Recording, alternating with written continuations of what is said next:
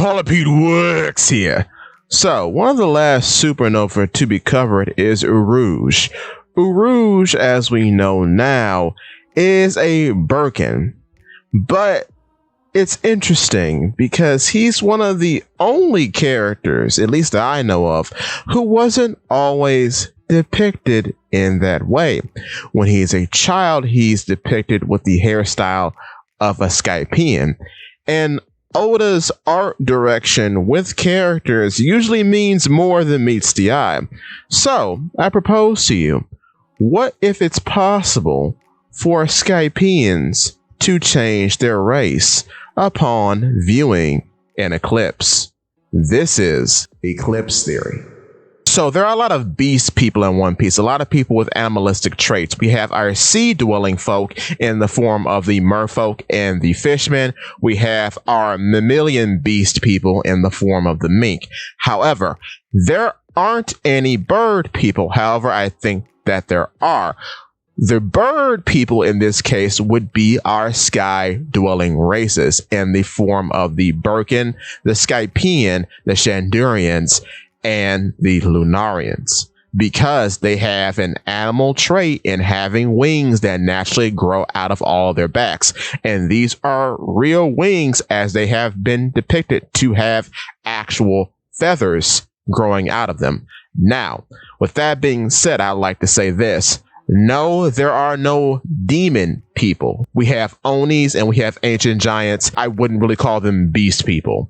The Warden of Impel Down, Magellan, is not a demon Batman. He is not. He is a big guy wearing a costume. The horns and the bat wings are a part of his costume, his uniform. Morgans, Big News Morgans, is not a bird person. Big News Morgans is some sort of guy. We don't know what race he is, but he's some sort of guy who has eaten the bird fruit model albatross. That is why he is a bird man. It's the effect of a devil fruit. Nothing more, nothing less. With that being said, another reason why I'm putting these sky people in the same category as the mink and our sea-dwelling races is because in the narrative, much like the fishmen and the mink, you find sky people in a very secluded location, that being Skypiea. In Skypiea, we are introduced to 3 of presumably the 4 winged sky races, Chandurians, Birkens, and Skypians. Then, with fishmen, we meet them under the blue sea on Fishman Island. And then with mink, we meet them in a very unique, secluded location, which is Zou, which of course is Zunisha, a giant elephant, and Zou is the island that resides on the elephant's back. So in each one of these cases, members of these races exist in very unique and hard to get to locations that are apart from any other island in the One Piece world. Another interesting thing about the beast races in One Piece is that a lot of them are associated with different types of transformation. For example, in merfolk, when they reach the age of 30, their fish limbs can split and become human legs, and then they can transform back and forth. With mink, when they observe the full moon, they can turn white and have increased strength, and this is called Sulong. Now, another thing that's very speculative is that with fishmen, they can undergo some sort of transformation when they eat energy steroids. And the reason why this is unique, because only fishmen and merfolk have been seen eating the energy steroids. And when that happens, much like the mink, when they become Sulong, their eyes turn red, their hair and skin turns white. So I'm gonna kind of put that in the same category. However, this leaves us with these sky races: Chandurians, Skypians, Birkens, and Lunarians.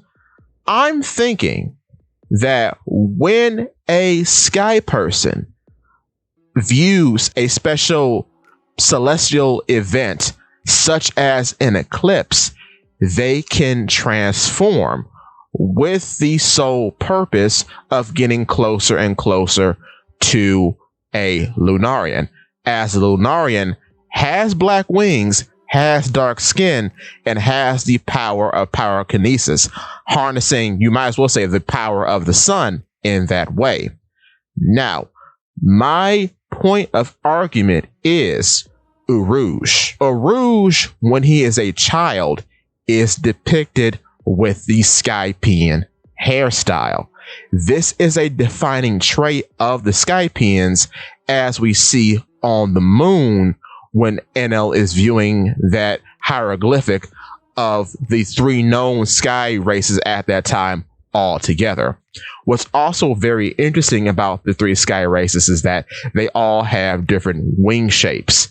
Birkens being the biggest, Chandurians being the second largest, and then Skypians being the smallest. But to be honest with you, Chandurians just seem like their wings are more flared than Skypians. And what's also very interesting, getting back to Urouge, we know that this was an actual transformation that took place for him, because not only does he have the Skypian hairstyle that's depicted with all Skypians, even when Skypians are depicted in hieroglyphics, not only does he have that, but he also has the wing shape and the wing style of a Skypian when he is a child.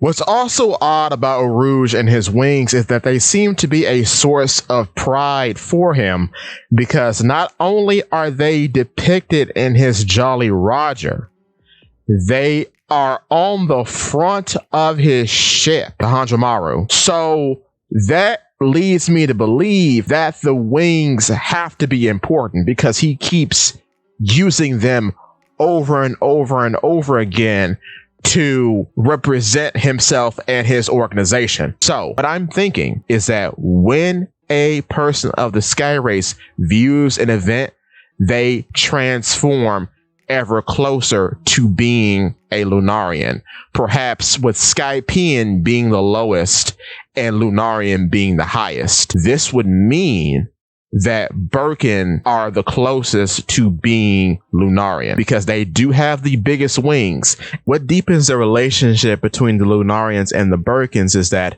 when Lunarians are young, they have the same sort of body to wing ratio that Birkens are depicted having. We see this with the Seraphim and when King, both when he is a child and when he is a teenager.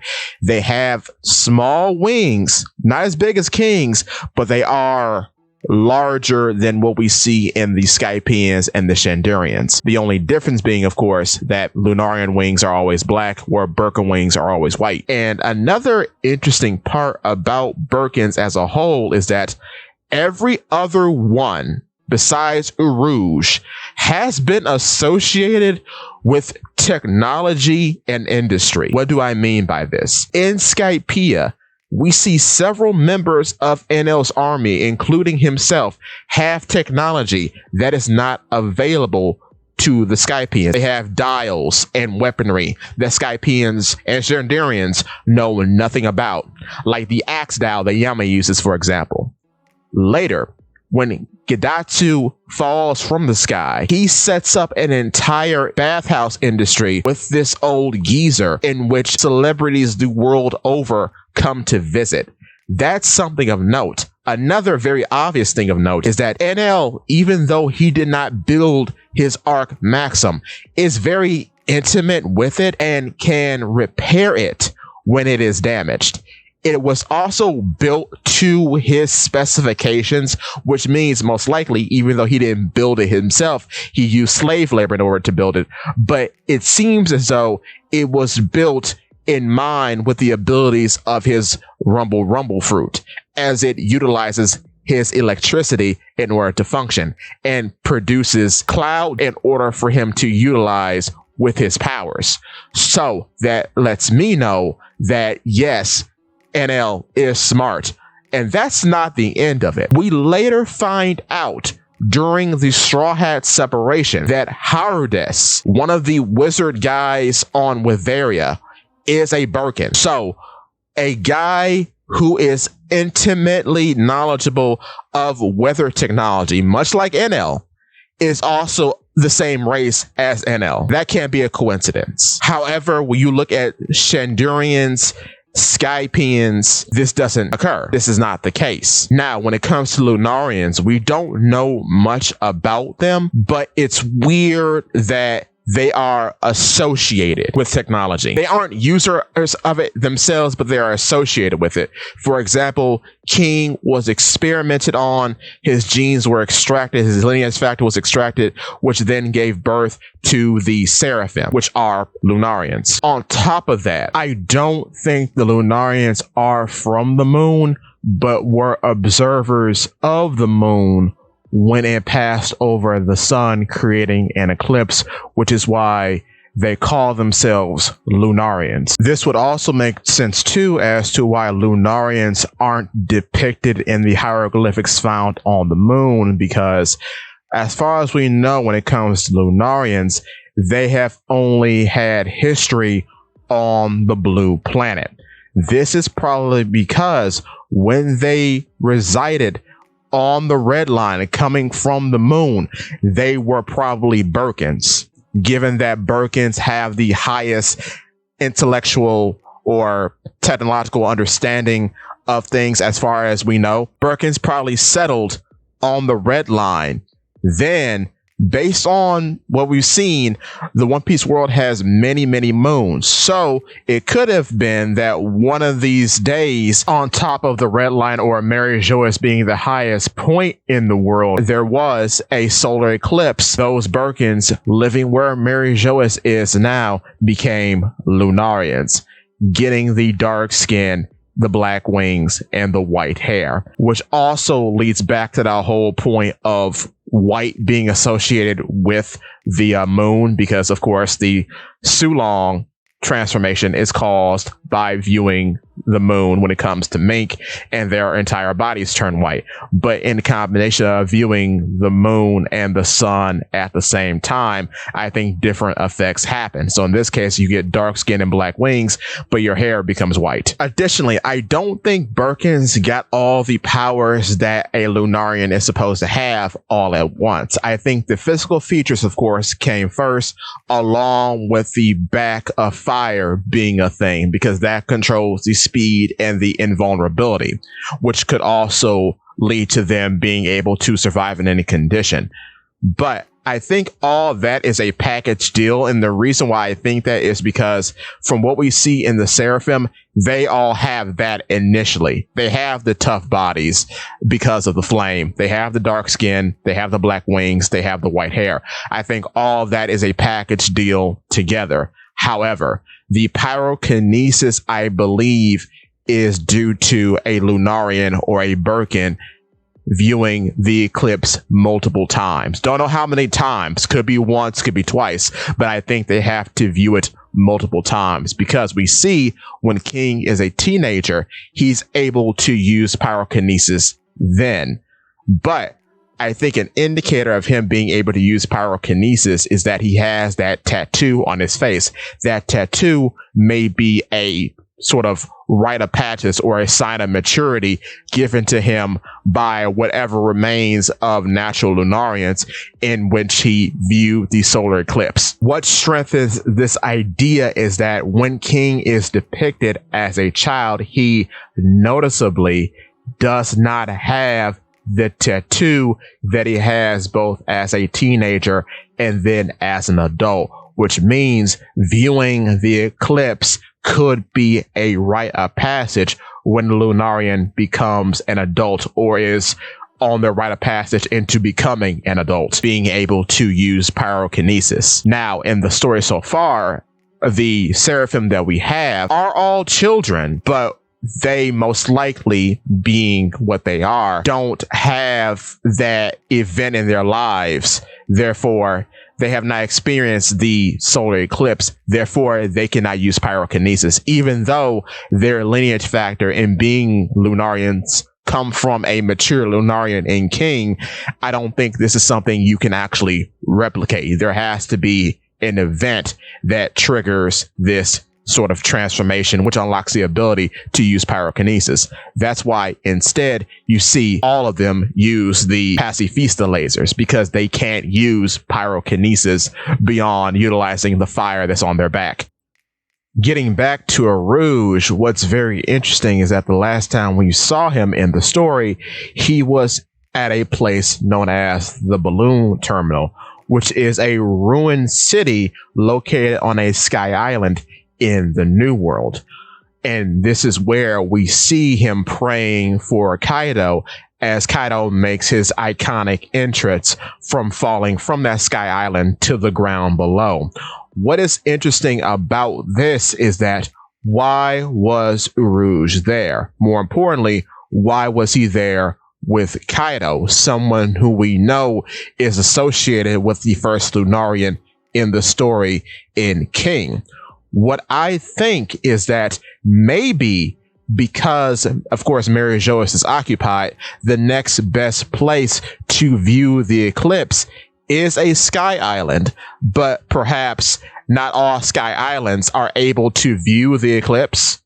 This could be due to there being multiple moons or things being just all around weird in the One Piece world when it comes to celestial events. So perhaps Urouge knew that the eclipse or the next eclipse would happen at a sky island, and that sky island just happened to be the Balloon Terminal. Now, another reason why I think he is called a monk and referred to as His Holiness by one of his crewmates is because he is on this pilgrimage and he is the last of his kind in seeking enlightenment, in seeking this eclipse so that he can become a Lunarian. This could be why too we see him at Raijin Island, because it is enveloped in darkness. So this could be why too he thinks the eclipse is happening there, which is why he goes there. What is also kind of interesting about Urouge's design is that he does have a tattoo on his arm and a scar over his eye, which is very adjacent to the same location that King has his tattoo. But those things don't necessarily mean anything. I just wanted to bring them up so people pay attention to them in the future. Another thing that could not mean anything but could have insight into Urouge's character is that when the super rookies are depicted as the opposite gender, Urouge has the same hairstyle that the Skypians as a woman, like Conus and whatnot, right? So this leads me to believe that perhaps when Urouge is a woman, he's not on this pilgrimage of strength or what have you that he is as a man, presumably. This could also be why he has this mysterious devil fruit that has not been named yet that allows him to take in damage and convert it into strength, which is, to be honest, kind of aping an ability that the Lunarians have, the ability to take damage and just shrug it off. But in his situation, he's taking damage and converting it into muscle mass, converting it into power. And he actually gets physically larger and physically more beefy when he takes in damage. So that's just something that I wanted to put at the end here so you all can keep an eye on if this actually turns into a thing. Also, it's very interesting that Urouge's pirate crew is called the Fallen Monk Pirates, as it could allude to Lunarians technically being fallen angels, because if all of what is said comes together, Lunarians originally were Birkens who traveled to the blue planet, settled on the red line, and viewed a celestial event that can only be viewed by those on the planet. So they had fallen from the heavens, which in this case would be the moon, to the blue planet, and now are observing a event that is only available to those on the blue planet, transforming them into fallen angels, or Lunarians in this case. This is also very interesting when you consider, again, Urouge's Jolly Roger. Not only is it depicting him with his wings, but the beads that he wears are depicted in a circle. This circle could represent the eclipse that we've been talking about. With that being said, there are a lot of mysteries in One Piece, and I think this could be a very important one considering how much moon talk is going on recently. with the sun deity Nika and with minks and such. And with that being said, this has been the Eclipse Theory. Thank you so much for watching. Give me your thoughts.